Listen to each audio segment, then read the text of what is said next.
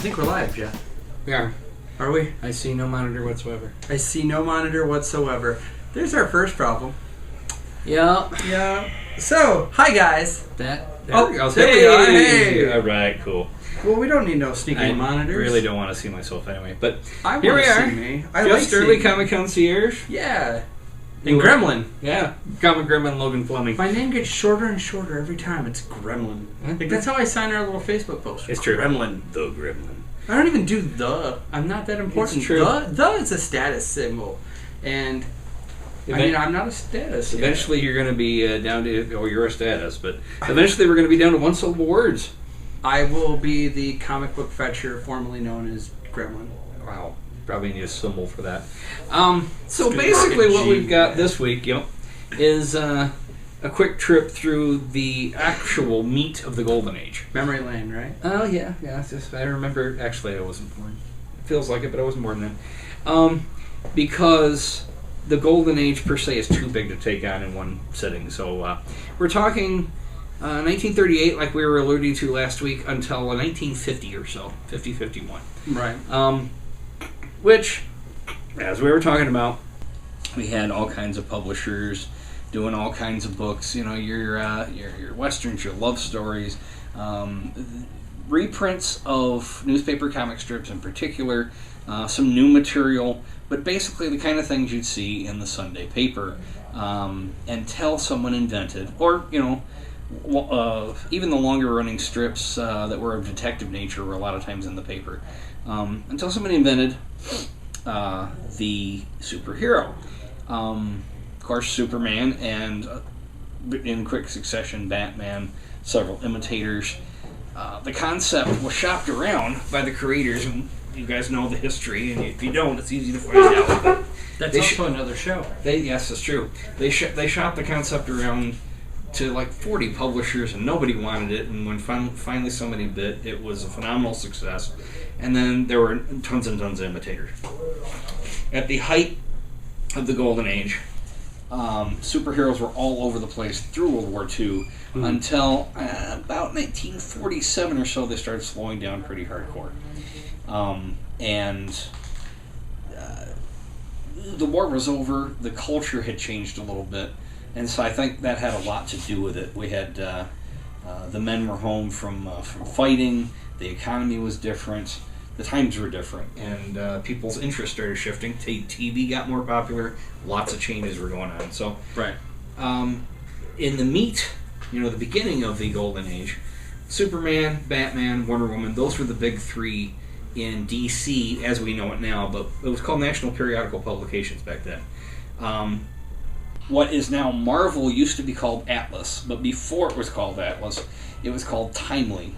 And that's how they were known in this period from 38 to, say, 50. Fawcett published a small lineup of characters that people would know if you were into Captain Marvel, Spy Smasher, Bullet Man, that kind of thing. Captain Midnight. And there were probably more than 100 publishers at the height. Oh, we were asked what was the discussion for tonight. I don't know if you figured it out yet, Clint. Also, this is Jake. Jake is one of our card gremlins around here. I can't call you a gremlin, can I, Jake? No, too tall for a gremlin. Too tall for... I'm a comic gremlin, Jake. Anyway. I think he outranks all of us. I think he does outrank us. Thanks. Oh, great! We should ask permission. Humble too. We should ask permission before we speak again. So basically, at the height of your Golden Age, you had like 100 publishers, but 25 bigger ones. Although there were things more than superheroes published, I've got a smattering of stuff to show from this hot period of time in the comic industry. The concept of a superhero was so popular that 1 to 1.4 million copies per issue were sold during the war of some of the bigger titles. Captain Marvel outsold all of them, 1.5 to 2 million copies per issue. And a whole other genre outsold all of them, but we'll get more into more of that next week. What you see here is Wonder Woman, one of the Trinity. A little bit of glare on this. You got Wonder Woman and Sensation Comics That was the title that Yep. she was the main character in, but they also had Wildcat, Dr. Midnight, excuse me, not Dr. Midnight, but other characters. And Christian Toll says beautiful books. Thank you, Christian. Thank you. The ones I'm going to show you tonight are things that I will probably be keeping close to my personal collection, like, well, forever. That's fair. That's fair. But Wonder Woman, she was created in All-Star Comics number 8, which is pretty interesting because in All-Star Comics number 3, it was the first superhero team ever created. Heroes from other books, More Fun Comics, Adventure Comics, various heroes as they were created, they'd have their own books. Like we have here, Sensation Comics, and Sensation Comics with several characters in it, and Wonder Woman. They were all brought together to boost the sales of the other books into a team so you could keep up with your favorite characters through All-Star Comics. So, what's your because they were all together. What's your favorite team? Well, my all-time favorite team is the Justice Society of America. Justice League of America came from that, but there were also several imitators right after All-Star Comics came out. Would you say that the Avengers are an imitator of the Justice Society? In a way, everything came from the Justice Society. See, I'm trying to start controversy and conversation now. I would say the Avengers, which was Silver Age, was certainly the first super team in Marvel. All-Star Squadron is mine, Jeff, is what Christian says. Well, exactly. All-Star Squadron is the expanded All-Star... excuse me, Justice Society. The All-Star Squadron didn't exist until more modern times when they retconned the story, and if you shoehorn absolutely everybody in that's a member of the All-Star Squadron, there's like 50 heroes. We're talking about a rotational membership. Just made everybody one, like... Pretty much. We're talking about a rotational membership in the All-Star Comics, the Justice Society, of 7, 8, 9 heroes. Wonder Woman was usually the secretary until towards the end of the series when she took not only an active part, but she was featured on the covers. And actually, they should have done that earlier. That's nuts. Because she was fantastic. Wonder Woman's amazing. Well, yeah, but they didn't get that then, and it was a weird title for a whole nother show anyway. But you'll notice the art is still very cartoony. Some of them were, here's Superman, he also appeared in Action Comics. The first superhero being Superman in action. We have a little bit of glare, let's see if you guys can. TJ Ellington says, we could tilt this up a little bit. There we go. I just had to turn on the Be Notified when Jeff is live feature. Okay. My bad. Alright, well, see, that I'm still learning how to do any of this. So, then that means, now that TJ has shown everyone how to do that, okay. Expectations have been set. The bar is like here, guys. Okay. Just saying. Right here, what we got is we got Wiz Comics and Captain Marvel. Captain Marvel was not in any way a copy of Superman. No. There was a lawsuit about it, etc., etc. That was resolved much later, but this was Fawcett's biggest character. Mm-hmm. They also created a super team of their big three. America's Greatest Comics. You had your Captain Marvel, your Bullet Man, and your Spy Smasher. Mm-hmm. Early on in the Golden Age with all the superheroes, they invented the idea of a youth sidekick. The first one being Robin with Batman, so that there'd be another hook for younger kids. Right. At the same time, just after Justice Society was created in All-Star, Timely, whose big three were the Human Torch, Submariner, and Captain America, they created a group called the All Winners Squad.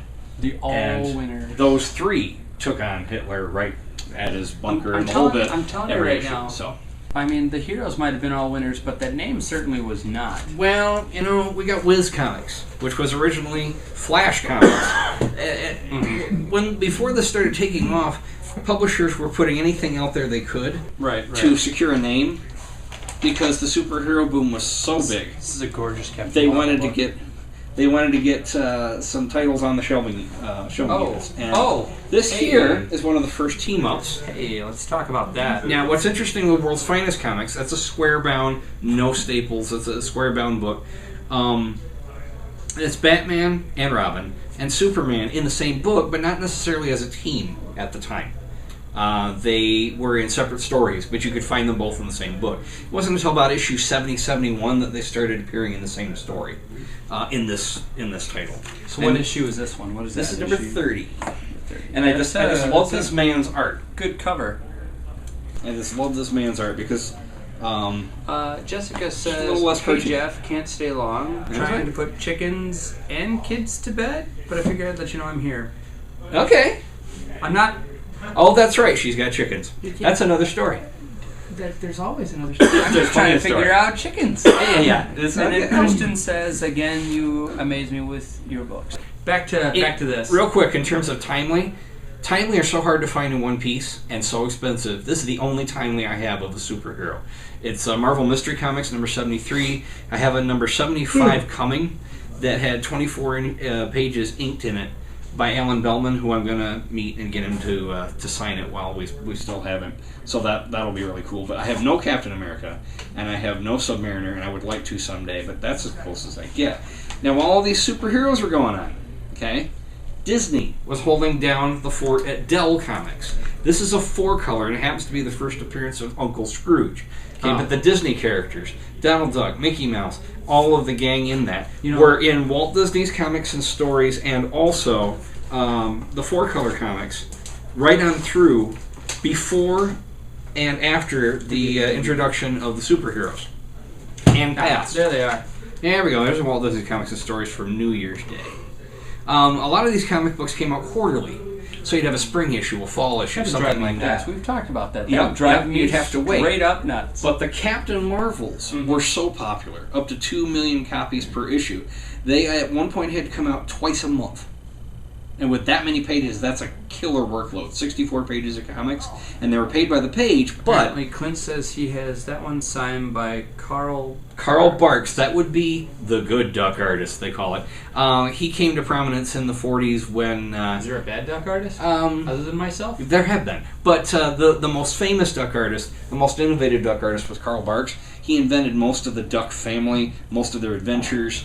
He even coined a couple of modern pieces of technology and an element or two that actually came true later. So he was kind of like the science fiction innovator of funny animals. It was amazing the things that came about later that he created. It's pretty sweet. Yep. And he'd take people on world tours. He invented the names of the places, but they closely resemble places you could go, and you got kids interested in geography. It was phenomenal. He invented a whole world. Here's Flash, the original Flash, Jay Garrick. All right. Okay. And in Flash Comics was Hawkman. Hawkman was more popular than the Flash. He wound up almost taking over the boat, and he was on most of the covers. Flash, when the superheroes died, out, his title was canceled. A lot of the titles were canceled. We're talking around 1950, 51. Even All-Star Comics was canceled. But some of them before they were canceled were switched over to like Western themes, science fiction themes, horror themes. I don't know about a Western Flash. No. I'm saying like All-Star Comics became All-Star Western. All-Star Westerns, Yeah. which is actually still a title. Yes. Yeah. Star Spangled Jonah Comics Hex, became Star yeah. Spangled, I forget. It became a war title later, but this Star is Spangled Heroes or something like that. something. I'll have to look into it. This is my. We got Detective Comics here. I have a Batman number 44 at home as well, but it's in a CGC case, and there's a lot of glare, so I don't like to. This probably won't show up here, but is what it says. bad Batman era. Well, Clint says so. Either of those available. That 88 is the first Gladstone Gardner. Or Gander. Sorry, Gladstone Gander. Yep. Nope. He asked if either of them are... Nope. They is mine. No. And that's why I have it, because it was such a clean copy, I had to grab it. Heroic Comics is what you're trying to think of. Thank you, Clint. Yep. See, you guys have knowledge that I do not. And that's why I like the contributions of people. Yep. Meanwhile, all of this was going on. John Young also said, don't forget about Don Rosa. All right. Well, Don Rosa is the current duck artist, but he wasn't drawing in the Golden Age that we're talking about. So do we want to move the first some of half these? the Golden Age. All right, You got your Classics comics that turned into Classics Illustrated that ran for years, decades. They kept reprinting various stories. They were all line-drawn covers at first, then they went to painted covers.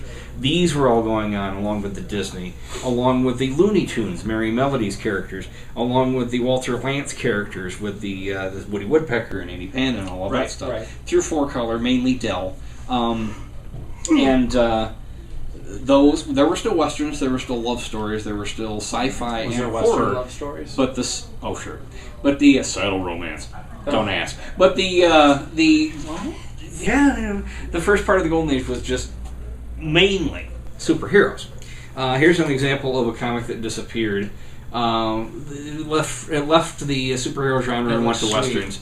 This is my baby. It took me 30 years to find this. It's All American number 88. It's one of the first 3 comics ever drawn by Alex Toth, and he did the Dr. Midnight section, straight out of art school. This was one of the first 3 books he did in the first month he was out. Christian Toll says romance books rock, Jeff. Some of them are... we'll get to the biggest name in the romance in just a minute, but All American comics later on, when the superheroes started losing popularity, this was shifted to All American Western, and it was taken over by Cowboys for about 3 issues, and then All American Men of War. That's what I was thinking. All American Men of War after that. So because the times had changed, the interests had changed, we didn't need heroes as much anymore of the superhero variety, more relatable heroes. Jack Kirby invented the romance comics. I was just going to say John that. Says. Jack Kirby drew way more issues than most people think of. Like when I think Jack Kirby, he drew a little bit of everything. I'm not gonna lie. I don't think romance when I think Jack Kirby. For me, I think like Etrigan.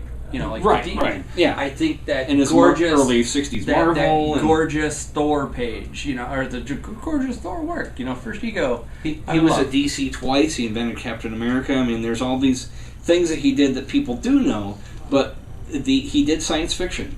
He did some horror. He invented the romance Christian comic. Toll says Kirby women are hot. Well, depends on what phase of his career you're talking about. But even hotter was Frank Miller's Wonder Woman. No, that I refuse to comment on that. Matt Baker. Matt Baker is probably the most celebrated artist. There are people that just collect him for women's comics, but he did other things as well. Of the time, he had a short. Can you guys see this without glare? This is I had to get this one in CGC. I had no choice because I couldn't find a copy anywhere else. This is Green Lantern number 29, the original Green Lantern run, Volume 1. He got his powers through magic, not a meteor. Dun, dun, dun. Excuse me, a power ring, and the Guardians of the Galaxy, the first ones, etc. Aha. Yes. Ah. But I show you this because he had his own title, like Flash had his own title, but we had All American Comics as well. Now, all these superheroes, all these funny animals, Dell Comics, all these various genres ran until 47 or so. They started slowing down. A lot of these are from 1947. Towards around 1950, superheroes were being taken over in their own books. I mean, Daredevil was... Christian Toll identified the person on the front of the cover with Green Lantern. It was the HARLEQUIN. Yes. It's by Irwin Hassan. It's the HARLEQUIN, which they had inspiration for later into Harley Quinn, but only in name. It was a totally different origin story, but I can tell you that the HARLEQUIN was the Green Lantern Volume 1's big nemesis. And she could hypnotize people with the glasses that she wore and the lute that she played. She also turned out to be Alan Scott. Alan Scott is like a CEO of a radio company. And he's actually Green Lantern. And HARLEQUIN was his personal secretary. And for a long, long time, they didn't know it. I hate it when my secretary is a supervillain. So they, fought, and then they went to work during the day. Well, eventually they learned each other's identities, fell in love, and got married. That's another story. You could see how the superhero era kind of died. They were running out of ideas. But basically, don't even ask. I can show you later. But the point is, around 1950-51, superheroes started losing steam to the point they lost their own titles to funny animals, kids kind of strips. Dell kept going strong with the Disney, Looney Tunes, all of that stuff, but the superheroes disappeared, and all but about a dozen titles stopped publishing completely and some of them, their titles, I mean, in terms of DC, Just liquid. there were only about 8 titles left in DC that had superheroes in them. Timely stopped publishing superheroes completely. A lot of companies went out of business, and the ones that survived published anything they could find that would sell. So that was Every genre. Now, was that due to the war? What was that? Yeah, the culture had changed. We didn't need heroes as much anymore. The economy was really running great, so people were outliving life. The 50s were prosperous. TV was increasing in popularity. But heroes are an important part of who we are. Yes, but we seem to need them most when there's times of trouble. And at the time, That's true. we're talking about the world was at war. And we The world is weren't in always it at yet. war, We Jeff. weren't in it yet, but we knew it was coming. Jack Right. Kirby and Joe Simon created, drew, wrote. EC started about then, is what John Young. That's said. what's coming. Look at this. Our audience is like They should 8 be doing pages this. ahead of us. They should be doing this. They wrote and drew Captain America #1 and released it in 1941, I was gonna say, but are it we was talking spring. Captain America number The Captain one? America #1, where he's punching Hitler out in the face. Right. It was released in May, I think, of 1941, which means they had to have started producing at the beginning of the year. And while they were doing that, they were moonlighting down the street in a hotel, creating Captain Marvel Adventures #1 for another company, Fawcett. So he also created Captain Marvel. The things Jack Kirby's done, people don't even know. But So, how do you feel about the fact that they forced the name change, though? That Captain Marvel is now known as Shazam. well, we'll get to that in 1 second. Remind me. Oh, don't worry, I will, because I want to hear this. The thing I wanted to point out about the Captain America, though, was this predated America's entry into World War I officially, World War II officially, with Pearl Harbor. They saw this coming. It was almost inevitable, and they released a comic book almost a full year, or started on a comic book almost a full year before we were officially in the war. That just- you could. That's the mood of the It's country. either that or just, Captain America just really had a thing for guys with bad mustaches. We don't know. I mean, I'm thinking no. thinking no? Yeah. Okay. So back to... I want to do a little back research to on the- this. I- Real quick, one of the imitators of Captain America was called the Shield. And in Pep Comics, the most successful character in that comic book, this worked in reverse. It was, it worked the way the superheroes would work at the end of the decade, but early. Clint says... Pep Comics invented Archie. And he's been published ever since, and he booted the Shield out of his own book. So Pep Comics was taken over by Archie, and by the middle 40s. Archie's pretty solid. Absolutely. But Clint says, I can't remember the issue of Superman that has him locked arm in arm with a sailor and a soldier. Yep. A great prelude to the war. Christian says, the CC Beck took over almost immediately. Kirby did a few covers in Captain Marvel Adventure first 4, I believe. Kirby was a part of a lot of launches of titles that other people carried on. Oh yeah. I Because definitely have got he a was rig in my he was team he was and number one. prolific because he was quick. They could tell him what they needed, and he could just sit down, grind Fighting it Yank out. is another Captain America copy, is what someone said. What's that? John says Fighting Yank is another Captain America copy. I wasn't going to say that because this is John's favorite character, John Young's favorite character.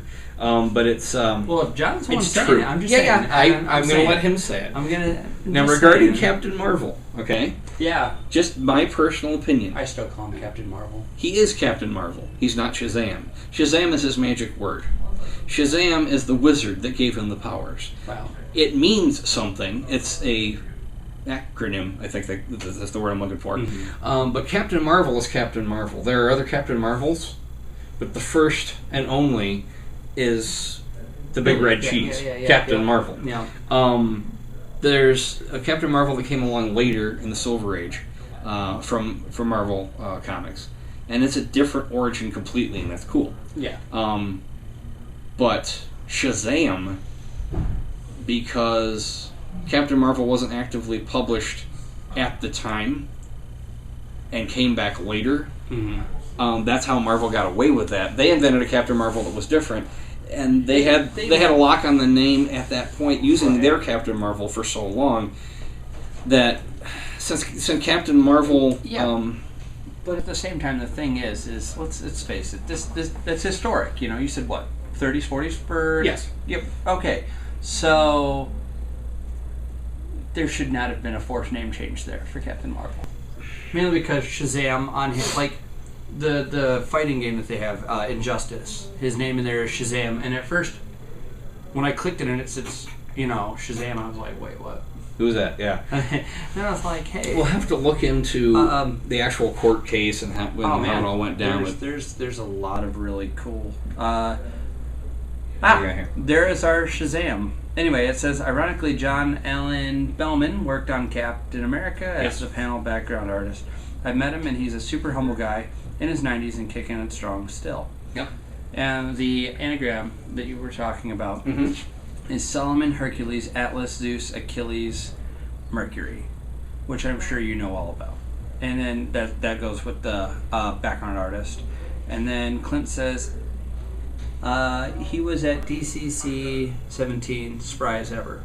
Well, that's Yes. like we got to meet Jose Delbo, and Yes. that man was... He's still drawing. Oh, He's yeah. just You fine. need to bring in that I will. piece of I'll art. bring that already. That's fun. I'm still kind of upset that you nailed that last one before I did. By the way, Alan Bellman will be... he's scheduled to be at a con later on this year in Michigan, and I'm absolutely going. I'm going to take the Marvel Mystery in. Heck yeah. To Grand Rapids, I think, Comic-Con. But anyway... Fingers, live broadcast from there? Well, maybe if we got the signal. The bad signal? Basically, the deal with the Golden Age is that it really runs till 1957. Right. But if you look at people discussing it, they'll stop it around 1950-51 when a lot of the titles stopped publishing. A lot of the publishers went out of business because the superhero era started dying. So what do you call 1950 to 1957, late 56? A lot of people call it the Atomic Age because of the heavy science fiction. Horror stories? Well, yes. It was a new world. We've had unleashed nuclear weaponry. Times had changed. And just to publish anything to stay alive. Right. You had more war, more romance stories, more Brain westerns. Anything they could think of. Horror, sci-fi, everything. I love horror and books. when we get to next week, where we discuss some of that, only a few of the publishers survived, but the kernel of what they created in the 50s gave us the Silver Age, which gave us a new rebirth in the heroes, which we'll talk about. There would be no Marvel Comics without Timely and Atlas. If they don't get their stuff together soon, there'll be no Marvel Comics again. That's a whole other story. DC Anyway. seems to be doing pretty well. DC is smacking it out of the park right They now are. for comic books. They are. That's exactly how I'm putting it. For comic books, they're just Marvel, however, in the theaters is killing it. Yep. I just saw kind of a leaked preview, if you will, of the Infinity War trailer. Yes. There's All the yes. the Freedom Fighters are actually coming back. World War II heroes, the Ray, Uncle Sam, the I gotta tell you, seeing some of those Phantom covers, Lady, etc. with me not knowing who they were when I first saw those covers, I was like, this is awesome. And then I was, then you imported Wisdom, and I was like, that's even cooler. Yeah. And now they've got a full-blown cartoon on the CW coming out in an alternative universe where the Nazis won. And the Freedom Fighters have to You save ever the day. heard of a game called Turning Point? No. Yeah, it's basically that, but war-ish, and you play as a soldier. It's just a terrible game. Don't play it. Sequel, I guess, is much better. Anyway, we're running short on time. All right, guys. So, Jeff, anything else to say? No, I'm fine. Nothing. I promised myself these were going to be 20 minutes, and we lied this week, and I hate We that. lie every week. I hate that. I know. It's got to be a standard time, standard amount. So same bat chime, Cut us same off. bat channel. Cut us off. Oh, we're already off. See you next week. Boom.